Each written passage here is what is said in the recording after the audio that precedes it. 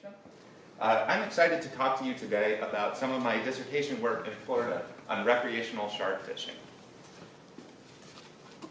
As Madeline mentioned, I am very interested in online science communication, specifically Twitter. I'm actually giving another talk on that later today with the BLISS seminar series at the Biodiversity Research Center. I'll share more info on that at the end. But in the meantime, if you would like to live tweet this talk, that is strongly encouraged.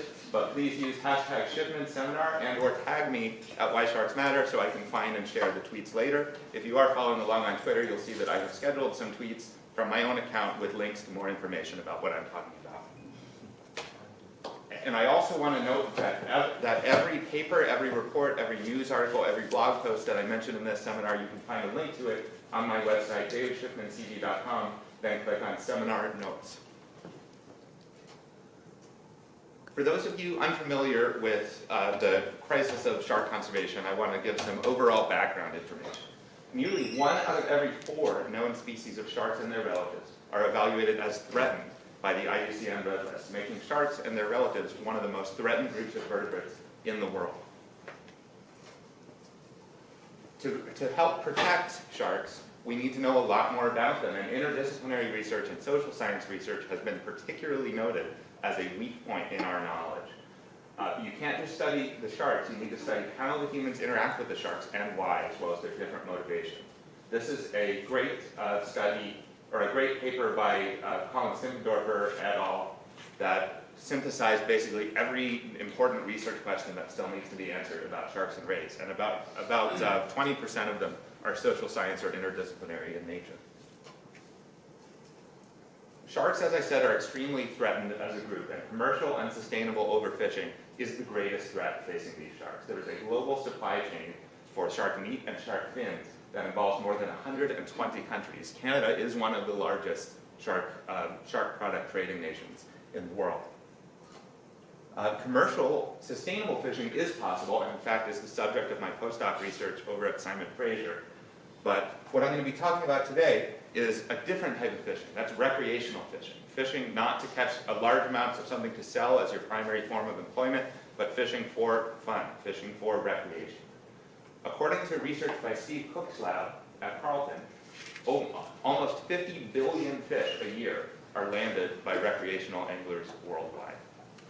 Many threatened species of fish, for which populations are so low that commercial fishing has long been banned, are still allowed to be targeted by recreational anglers. And for some United States species of concern, more than 1/3 of the total catch comes from the recreational sector. So this can be a significant source of mortality, though it is often not considered as such. In 2013, 2014, and 2015, in the United States, more large sharks were killed by recreational anglers than by commercial fishermen. I'm going to say that again because it blows people's minds when I present this statistic at shark research meetings. For the last few years in the United States, more non-dogfish sharks have been killed by the recreational sector than by the commercial sector. For some of my dissertation research, I surveyed members of the American Elasmobranch Society, the world's oldest and largest professional society focusing on sharks and rays. 2/3 of surveyed AES members believe that recreational fishing represents a significant and understudied threat to shark populations.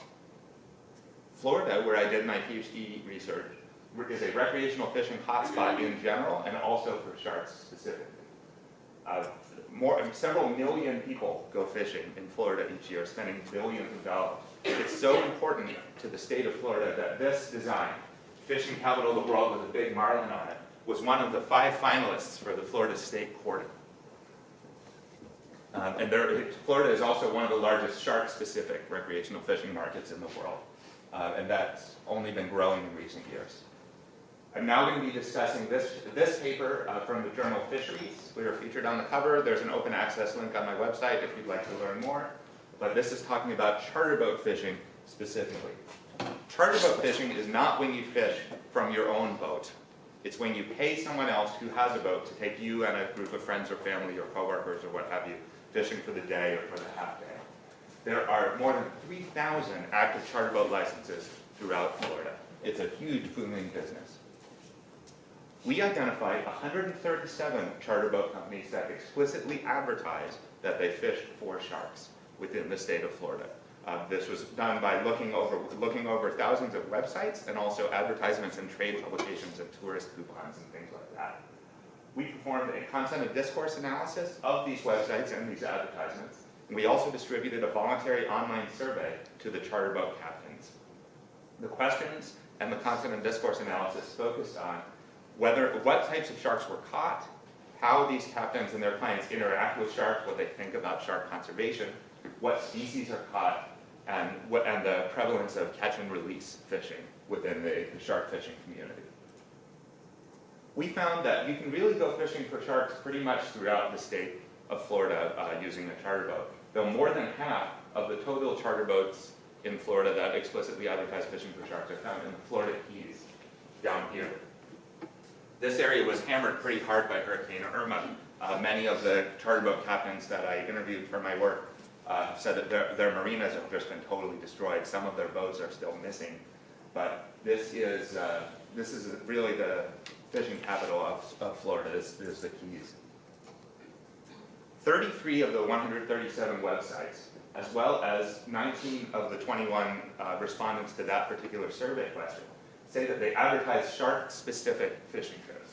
That's not just, if you come fishing with me, you might catch tuna, you might catch tarpon, you might catch sharks. That's, you can go and click on the website and say, I want to go shark fishing.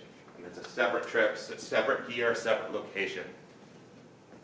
The others just list sharks among species that you might catch if you go fishing with them.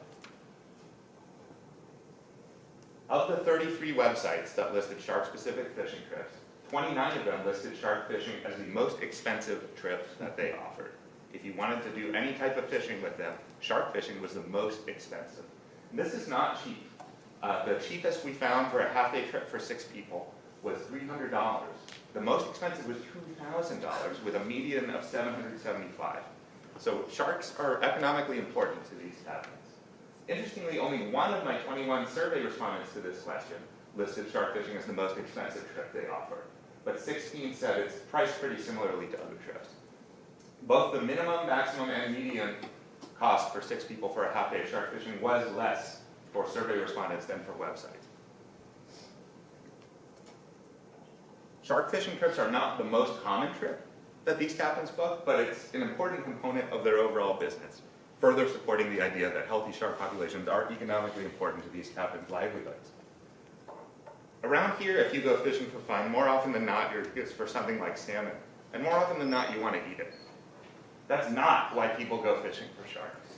The most common response was the challenge and sport of catching a large fish. That's why people want to fish for sharks, not to get food to eat. That was the least common response. So this is an entirely different set of motivations. We're talking about the difference between going deer hunting with your family in the woods near your home and traveling halfway around the world to hunt for a particularly exotic species. This challenge and excitement type wording is used to advertise shark fishing trips on these websites and in their ads. Imagine the thrill of fighting one of the most feared predators. It's just plain exciting, a powerful creature with an attitude, raw, naked aggression, once-in-a-lifetime fishing. And my favorite, that I still can't believe I was allowed to get into a peer-reviewed publication, bring your big boy pants for this video. This is a photo of former U.S. President George H.W. Bush, who is a big-time Florida recreational shark fisherman, presumably wearing his big boy pants.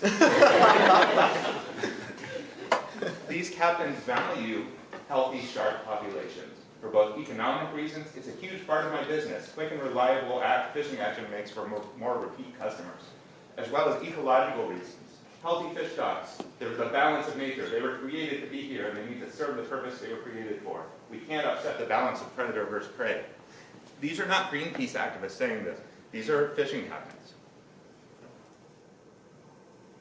Catch and release was a major focus of this study, trying to understand why people catch sharks, how many of those sharks survive the fishing experience, and things like that. That's a major area of focus of my PhD lab's research. Of the websites, 12 explicitly noted a catch and release policy. but only 2 explicitly noted that they don't practice catch and release. I'll highlight one of those on the next page. It's a doozy. But 82% of my survey respondents indicate that they always release the sharks that they catch. Most said that they almost always release the sharks that they catch. And most indicated that their customers are just as happy to not keep the sharks that they catch. They just want the experience of catching a powerful creature with an attitude while wearing their big boy pants. And they want to take photos with the shark, but they don't need it dead. I want to note that the most common reason why people said they didn't release was when they were going for an IGFA world record. More on that a little later. But some of these responses about why these captains practice catch and release for fishing for sharks just warms my little ocean conservationist heart. There's no reason to kill the shark. When a client wants a wall mount, we can do that with just a measurement and a photo. I know the importance of keeping every shark in the ocean. Man is already affecting natural selection. This is a fun family trip. Besides, all they really want is the picture. And this was my favorite quote from my entire dissertation of interviewing several stakeholder groups. Tides have changed and the Jaws phrase is over. With a greater public consciousness towards conservation, catch and release fishing has become the norm. Again, that's a charter fishing captain saying that, not a Greenpeace activist. So this is Mark the Shark, one of the 2 charter boat captains in Florida that does not practice catch and release ever. We don't fly release flags upside down on our riggers, but we do hang fish upside down. Warning, politically incorrect. Some photos on this fishing site may not be suitable for small children of the faint-hearted or PETA. He advertises all over the website that he was the #1 bachelor party boat according to Maxim magazine. I've met this guy a few times. He's about as charming as you'd expect. He's also responsible for my first celebrity feud on Twitter. I am now blocked by Rosie O'Donnell because of this guy. If you're curious later, Google my name and Rosie O'Donnell and see what comes up. I also want to highlight IDFA trophy fishing here. This is, again, one of the reasons why people say they don't release. This is a paper that we published in Marine Policy a couple years ago. It was covered in Science. It resulted in an online petition that has generated at this point, about 22,000 signatures. For those of you not familiar, the International Game Fish Association is the largest and most prestigious organization that awards angler records for catching the biggest ever of a species.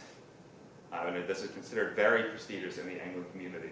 We found that they give these awards to 85 IUCN Red List threatened species, including many species of sharks.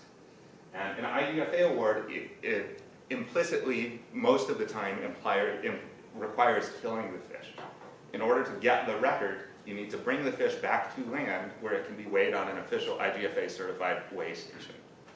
And you can't do that for most of these big offshore species without killing the fish.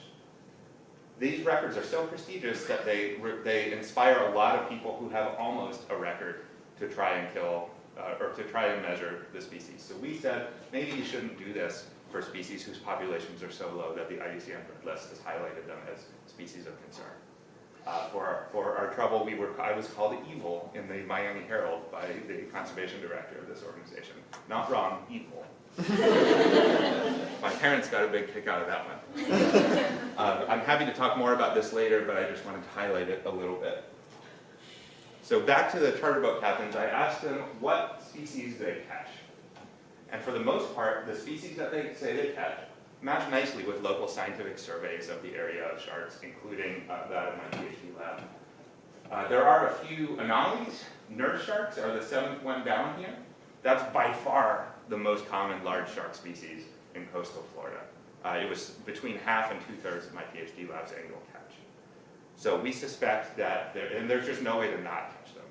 So we suspect that they're just being not advertised or not thought of as sharks because they're definitely caught more frequently than that. For some reason, they're thought of as not a particularly exciting sport fish, though they kicked my butt, in one case literally, much more than many of the other species.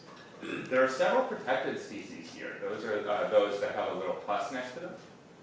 There are several species not found in the Atlantic Ocean that were highlighted here. I had one guy in Key Largo who swears to me up and down that every time he goes fishing, he catches leopard sharks. Leopard sharks live off California. They do not live off Florida. And there's nothing that looks like them in Florida, like at all. So I have literally no idea what this guy is talking about. Either he's made an amazing invasive species discovery or he's misidentifying something. I still don't know which. This is my biggest regret of my PhD, that I didn't drive down and ask to go on a boat with him. But there are also some species that don't exist, like bar sharks. No such thing as a bar shark. American shark-nosed shark. Those are not things. I want to highlight this because when I talk about another group of anglers later in the talk, their species ID was spot on, 100% accurate all the time. So that confused me. Also, hammerhead is the most common species requested by charter boat customers. When the captain says, "What do you want to catch today?" Hammerhead is the most common. It's also the third most common species they report catching. Hammerheads are not the third most common species found in Florida waters. In fact, they're IUCN Red List endangered and protected in state waters because of significant population declines. So that, combined with some other information that we gathered during the study, suggests that these anglers may be explicitly targeting hammerheads, which is a problem. They are valued for their fight. If you hook a hammerhead, you know it. They fight like nothing else except maybe a giant tarpon. And they're protected in Florida waters. They're poor candidates for catch and release fishing. I want to highlight this figure from my former lab mate, Austin Gallagher. And he did stress physiology with simulated catch and release on a variety of species. Great hammerhead sharks have by far the most crazy stress response of any species of marine fish that have been studied. He thought that the results were wrong and ran them again. So we find that after about 40 minutes of fight time, great hammerhead shark has stressed itself out so much that it's not going to live if you release it. And if you talk to these anglers, they say, "Oh yeah, it was a short fight. It was only 2 or 3 hours." And tens of thousands of these animals are caught every year by the recreational fishing sector. Many of them wash up on shore, as you can see. Those are photos washed up in Miami. If you want to learn more about this, we have a review paper in Bioscience, Evolved for Extinction, the Cost and Conservation Implications of Extreme Specialization in Hammerhead Sharks. These species were another focus of my PhD lab. They're part of our lab logo, and these results are always shocking to me. These are very poor candidates for catch and release fishing, where in contrast, something like a tiger shark or a bull shark, you can have it on the line forever and it won't react. A nurse shark, this is one of my favorite Florida man stories. Someone caught a nurse shark, and they put it in the back of their pickup truck, and they drove to a grocery store parking lot, and they put it on the ground in the concrete in the grocery store parking lot. It was there for hours, flopping around, and before the police were called, the police brought the shark back to the water, and it swam off healthy after being in a parking lot in the hot Florida sun for hours. Hammerhead sharks, you cannot do that. This research was published earlier this year in the journal Fisheries Research. Again, open access links to all of these are available on my website, davidshiffmancv.com. This research was covered in Nature, National Geographic, and some other publications. Land-based fishing is different from boat-based fishing. You're fishing from a beach or a pier or a bridge. It appeals to a socioeconomically distinct group of anglers. These are not people who would be able to pay $2,000 for a half day of fishing. And they often can't afford their own boats, but fishing from a beach is free. This is a relatively poorly studied group because they're so diffuse. Charter boat captains have a home port, they have a website, they have a license, it's easy to contact them. These folks are spread out everywhere. It's much harder to contact them, it's much harder to study them. But this is potentially of conservation concern because common fishing practices suggest potentially increased physiological stress. There, in the upper right, you see a gentleman fishing for a shark from a boat. Right before that shark is at the guy, it's in the water. It has the buoyant support of the water on its internal organs. Its gills are still wet. It's not being dragged over anything. But for land-based fishing, none of those things are true. You're dragged over sand or concrete or wood. You're completely out of the water. Again, some research by Steve Cook's lab has found that only a few minutes of air exposure can do permanent gill damage to certain species of fish. So we were one of the first to ever study this group of anglers, and we did it by asking around. We found that there's a South Florida Shark Club, which is the oldest and largest recreational shark fishing club in the world, or one of them. And they focus on land-based shark angling in Florida. And they have an online discussion board. Picture an old chat room or forum or something like that. It's just like that. There's almost 1,200 fishermen that are registered on this site. So this is a big group. And they made over 50,000 posts on over 7,000 topics. So this represents a research gold mine. We did a content analysis of this online discussion forum, a method called virtual ethnography.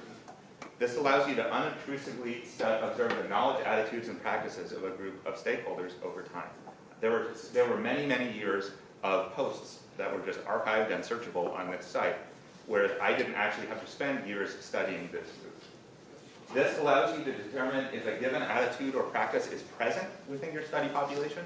There is no way at all to extrapolate how common it is within the study population. It just cannot be done because this relies on voluntary reporting, not prompted at all by the researcher. A quick research ethics note on this. As researchers, we have an obligation when we do something like this to make sure that the privacy of the anglers is protected. So you'll see that everything isn't completely anonymized. The faces are blurred. I have no idea who said what. We did not download the poster name column at all from this. So this is an important point. One of the things that the most people ask me about is, why did you cover these people's faces? Because we have to. It's really important. But anyway, our study looked at 1,200 posts from 91 topics related to similar types of questions that I discussed in the previous section. These anglers self-identify as disproportionately relative to the angling population as a whole, male, young, and low income. The angling population in Florida overall is pretty evenly spread out age-wise, and there's actually a huge spike once you get to retirement age. The angling population in Florida is pretty close to 50-50 men and women.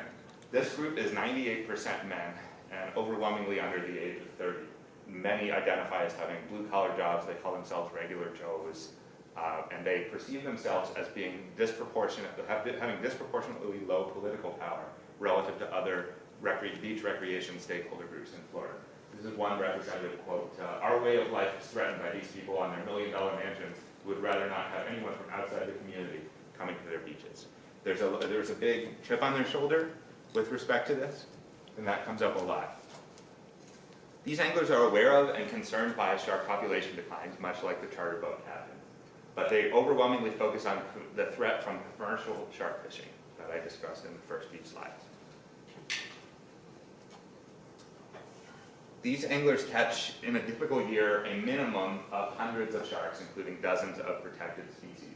This again represents a minimum count. This was voluntary self-reporting, and we only checked the posts that had a photo, so where I could independently confirm what species of shark was caught. And I will note that almost all of these nailed the species ID, and in the 2 or 3 cases where the species ID was wrong, someone in the comments immediately said, no, that's actually not a blacktip shark, it's a bull shark, here's how you can tell, and they were exactly right.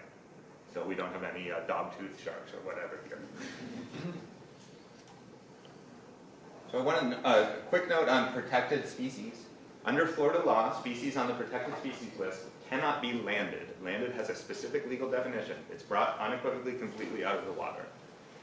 And these species must be released, quote, free, immediately, alive, and unharmed.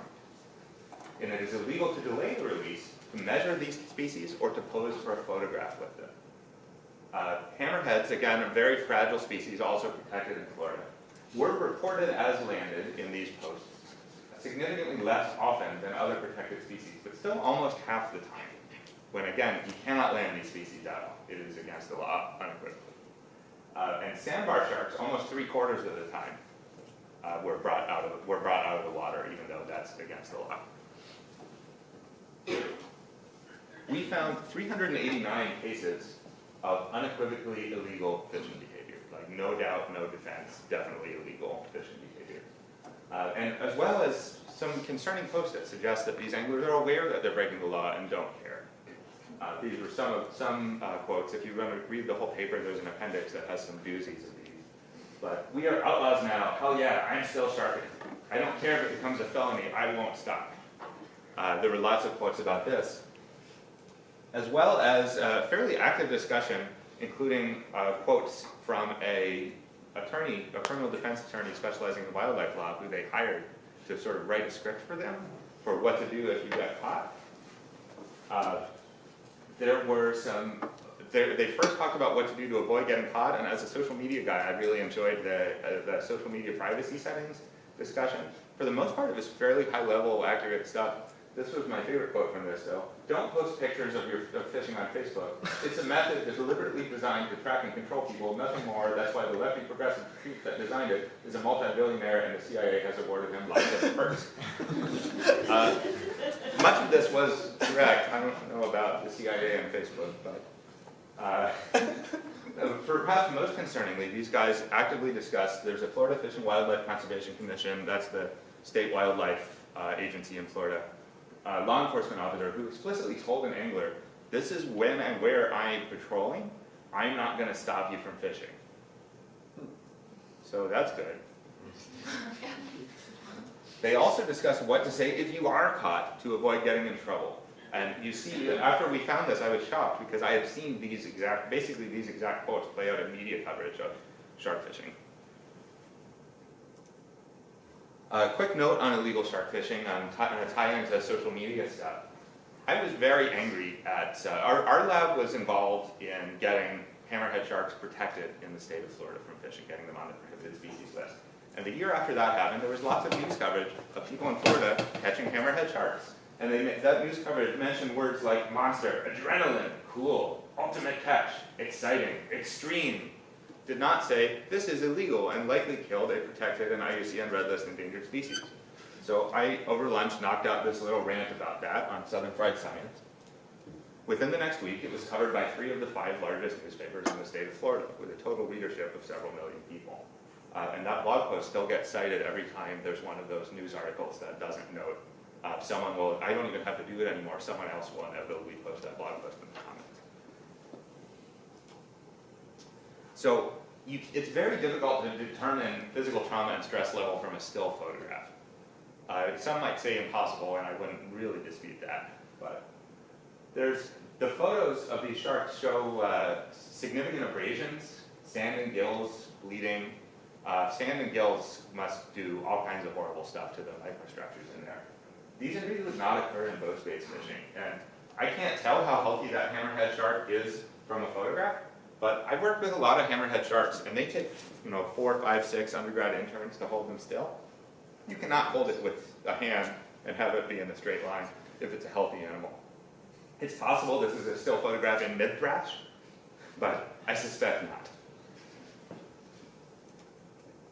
These anglers do pay a lot of attention to regulations and laws affecting their sport. But they are strongly concerned about shark conservation. But they overwhelmingly believe it's not me, that there's a problem, but it's not me, so the solution should not impact me in any way. They overwhelmingly blame commercial fishermen, and they don't blame American commercial fishermen. It's always those other guys over there. Charter guys were blamed a lot, so my stakeholder group from the other side. This was a concerning finding that in 2012, when hammerhead sharks got added to the FWC protected species list, it did not affect how these anglers report how frequently they land these species or how frequently they release these species at all. No effect. So it suddenly became illegal to land them and required to release them, but there was that new regulation had absolutely no effect on reported angling behavior. There was also a great deal of discussion about proposals to ban beach-based shark fishing. In North Carolina a few years ago, there was an increase in shark bites of tourists, and several of them took place right next to a fishing pier where an angler was dumping buckets and buckets and buckets of chum in the water, and people kept getting bitten by sharks right there. Who figured? Who knew? These anglers believe that they're not attracting sharks to the beach. They're going to the beach because the sharks are already there, which is probably true to some extent. But also, maybe you shouldn't dump buckets of chum right where people are swimming. These anglers also had some interesting attitudes towards science and scientists. This was an email I got right after this paper was published, and I thought I was getting hate mail, but it was my dad quoting something funny that an angler said about me. But I just freaked out when I got that email. Book smart with no experience. Misinformation you've gathered on the way to earning your player hater degree. Their info is flawed, their numbers are doctored, see how they think best suits them. But there's also a recognition that the scientific community and the angling community have some shared interests and could maybe work together on some things. That recognition was not found with respect to environmentalists at all. There was not a single positive thing said about environmentalists throughout the entire discussion board, and there was not any pushback to negative things said about environmentalists on the whole discussion board, despite, as I said, these guys have a significant conservation ethic. They're deeply concerned about overfishing. They're deeply concerned about shark population declines. There's no recognition at all that maybe we could work together with environmentalists, while there was some with scientists, though certainly not universal positive feelings towards scientists. So in conclusion here, recreational fishing for sharks is a popular activity that is growing in Florida. I believe that it deserves significantly more research, management, outreach, and advocacy attention than it currently receives. When I started doing this, lots of people in my field told me, don't even worry about this, the big problem is commercial fishing. Yeah, for many species, for many parts of the world, but in Florida, for hammerheads in particular, where commercial fishing is already banned, I think we need to be paying a lot more attention to this. Anglers value sharks not for food, as they might value something like a mahi-mahi or a tuna or a trout, but for the challenge and excitement. This is a different set of motivations, and it has an impact on how these anglers perceive sharks and perceive shark management. This is not subsistence or anything like that. This is just trying to do something challenging and exciting. Anglers in general have eco-friendly attitudes and practice catch and release fishing for the most part. But many common practices raise conservation concerns, particularly the possible targeting of hammerhead sharks and the landing practices. I will note that Florida hosts a hammerhead-specific fishing tournament every year called the Great Hammer Challenge, where you have to bring your hammerhead to shore where it gets weighed. They're definitely all dead at that point. And I asked an FWC law enforcement officer, what's the deal with this? This is obviously super illegal, right? And the response I got back was the shruggy emoji.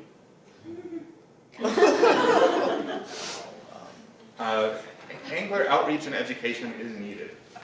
In some cases, I think we need to better educate people, including law enforcement officers in some cases, my God, about why these laws exist, the importance of them, why they're important. They're not just arbitrary, they're based on real data, they're not designed to take away your livelihood or anything, but the best available data says they're important, without talking down to people. In some cases, we do need new regulations or strong clarification of existing regulations. I think we need species-specific handling and release guidelines, particularly with respect to hammerhead sharks. Some of these other protected species that are being landed can probably survive it. Hammerheads are super fragile. And we need some sort of multi-stakeholder use agreement for these beaches. I think it's pretty reasonable to say don't dump buckets of chum where people are swimming, but also maybe don't go swimming where people are fishing. It's a big beach. And the Florida Constitution says that everyone has equal access to it. So I think it's important, and we stress this in the paper, that the places that are set aside for fishing from the beach should not just be the places that people don't want to go swimming. These anglers do have equal right to the beach, but you can't be at the beach at the same time with swimmers. It just causes all kinds of crazy problems. I'd like to acknowledge my dissertation committee, including Nick Dolby at SFU, who's now my postdoc supervisor. I'd like to acknowledge my many co-authors throughout this talk, Madeline and Catherine and Rashid, who helped arrange this seminar today. My many sources of funding for this, yes, that is Sharknado.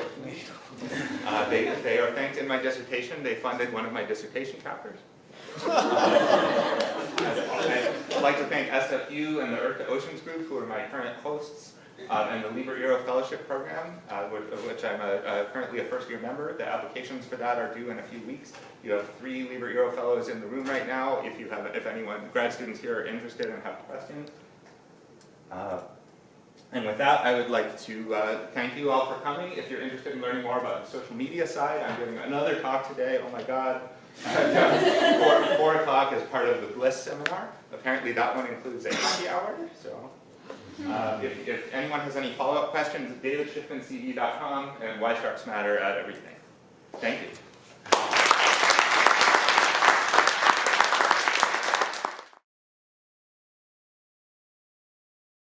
Here, I'm just thinking, I saw people fishing for sharks from here in Texas. How do you let them go without landing them? That's a great question. And this is a question that some of the anglers ask me. There's a belief among the angling community that the best thing to do for a shark is bring it as close to you as possible, get the hook out, and let it swim off. And it's true that having a hook in your mouth and trailing tens of meters of line is not great for a fish. But it's perhaps a lot better than being dragged across wood or concrete or sand and left to flop around for 5 or 10 minutes without being able to breathe until you feel safe approaching it, and then removing the hook. So we recommend just cutting the line. Thank you. So in terms of the number, what's the impact of land-based fishing with respect, or compared to the boat fishing? So it's hard to tell. The National Marine Fisheries Service, the U.S. version of DFO, doesn't record statistics at that level. They can tell recreational sector versus commercial sector, but we're talking. It's probably comparable, but I don't know for sure.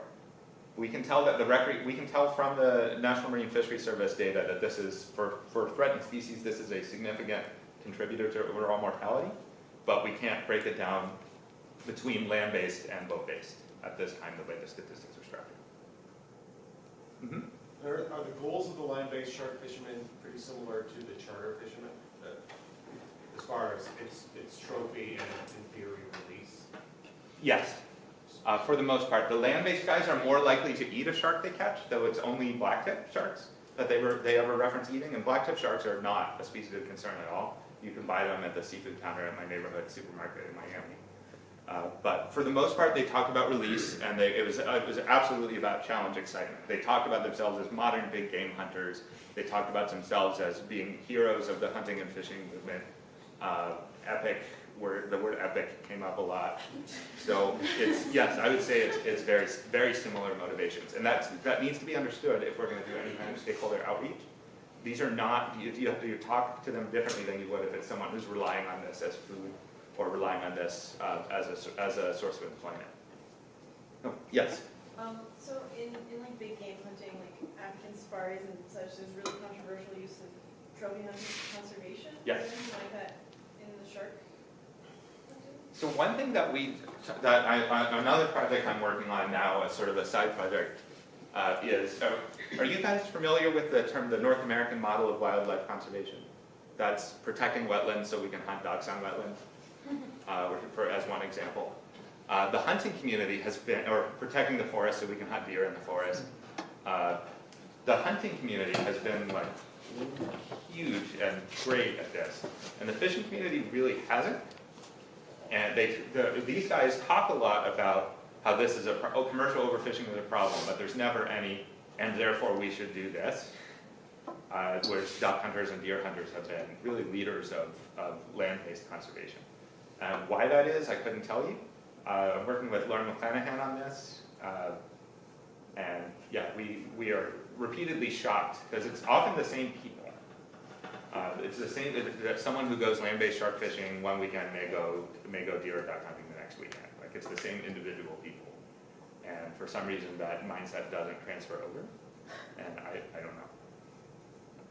Please. First of all, cool talk. Thank you. And in a country like the US, and particularly in Florida, where you have such pushback to science and pretty much Florida's an interesting place to live, you guys. Nobody wants the regulations. Everybody takes like we're outlaws, that kind of stuff.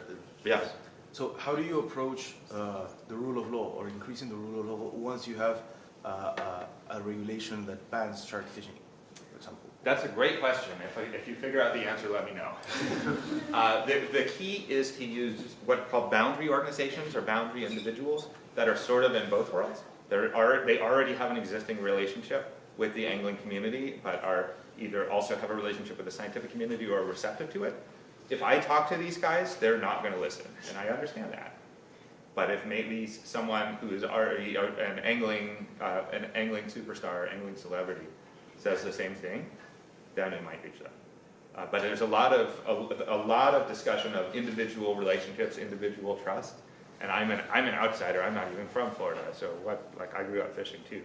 But, and one thing that was really interesting in some of these discussions, I didn't ever directly interact with these anglers as part of the study, but I did for other things. And there was a lot of discussion of, well, you've probably never even caught a shark. I've caught thousands of sharks, probably more than any but the most senior guys here, because we use different gear. We use commercial fishing gear for scientific sampling, and that's just so much more efficient. I've caught hundreds of sharks in a day, several times. And when I would say that, they would just sort of be quiet. And that's a symbol of prestige in the community. And there were some arguments that we found on the discussion board that were diffused by, my favorite one was, calm down, big boy, I'm pretty sure I've caught more sharks than you. And so that's sort of a symbol of prestige within the community, but scientists are perceived as being these pompous, pale-skinned bookworms or whatever, that have never been on the ocean and have never seen a shark. So it's important to have people that they already know, already like, already trust, already respect, and that is not me. Mm-hmm. Can't you deal legally with those, officers that just, or with those methods of enforcement that aren't being followed? Well, I can't. Under the terms of my Human Subjects Research Ethics Agreement, I cannot say anything to FWC about this other than turning in the whole paper, which we did, and they said they're reading it and going over it. But this is free and open on the internet. Anyone can find it. You don't need an account on this forum in order to read what's on the forum. And these guys are bragging about breaking the law with their first name and their picture and their hometown. Someone should do something about it. I can't. Mm-hmm. Is there any scientific evidence to indicate that the shark population, some species of the shark population, have already declined hugely because of the recreational fishing in this area? We know with hammerheads that the recreational sector is really the only threat they're facing in Florida, and they're not recovering as fast as we'd like, and as fast as some of the models suggested they might. But it's only been a few years since the commercial fishery has been banned. So it's hard to get that level of demographic data, particularly with such widely ranging species. I suspect that the biggest issue we're going to find here is for hammerheads and maybe makos. But for some of these species, like blacktip sharks, I don't even really think we need a quota limit on them at the moment. There's so many of them and they're doing fine. But for other species, it's definitely a concern. Please. Cut me off whenever we're out of time. Does any thinning take place? So with these fishing groups, no, for the most part. If it did, it was never discussed. But it's very difficult in the shark fin market to sell like one shark worth of fins. You need existing relationships, existing market infrastructure. So for the most part, that doesn't happen. But or it does, and they just never talk about it. We have time for one more. Please. I was just wondering, you said how land-based fishing is a lot more deadlier to the fish than boat-based fishing, right? Yes, it certainly seems that way. We need to do more studies on that. But you said for boat-based fishing, you just cut the line? For either, you should just cut the line. Yeah, but they have a gigantic hook in their mouth. Doesn't that also achieve the same effect? Like you can get infections or inflammations or whatever in the mouth, and mouth is the most important part of the animal where they feed it. Yeah, it's not great, certainly, to leave a hook in the mouth. It's not great to leave tens of meters of line trailing, but it's better, that might lead to a significant chance of mortality. But if you fight the shark for 2 or 3 more hours and drag it across sand or across concrete and then leave it out of the water until it calms down enough that you can approach it, then you're almost definitely going to kill it. So it's a case of the less bad option. We also have been encouraging these guys to use circle hooks, and hooks that rust out after a few weeks. That's not required yet because it's Florida, and that sounds like big government nanny state nonsense. It'll never happen, but that would be an easy solution. But I have never heard of a shark dying because of a hook-related injury other than one time, and that was a blue shark that got foul hooked. It swallowed the hook and it destroyed the inside and got stuck.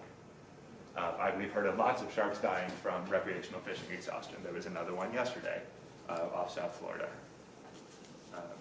I think we're out of time, Nathan. I don't know. Do we? Go ahead. Oh, okay. But I have to ask about shark fin beds. Yes. In particular because there was just an article that came out in Hackeye magazine Yes. today about illegal shark fins in the Canadian market. Yes. And I know that you have been participating in this debate on, Yes. on shark fin bans in the US, and of course there's a proposal here to do something similar in Canada. So Yes. just quickly, your thoughts. Sure. So I said at the beginning, the commercial shark fishery market is for both meat and shark fins. And the U.S. the U.S. and Canada also are trying to ban the domestic sale of shark fins, hoping that that will contribute to closing down the market for that. I wrote a paper in Marine Policy earlier this summer that argued that we should not do that, that the U.S. contribution to the shark fin trade is relatively small, but by remaining in the market, we maintain the ability to influence the practices of our trading partner nations through RFMOs and groups like that. There's definitely some illegal finning and fin trade that does happen. This article on Hackeye, I haven't gotten a chance to read it thoroughly, but I skimmed it. It showed that there are a significant number of endangered protected species whose fins end up in the market. That's bad. We should not do that. We should take steps to stop that. There are ways to do that without shutting down the trade entirely and cutting off your ability to influence your partner nations.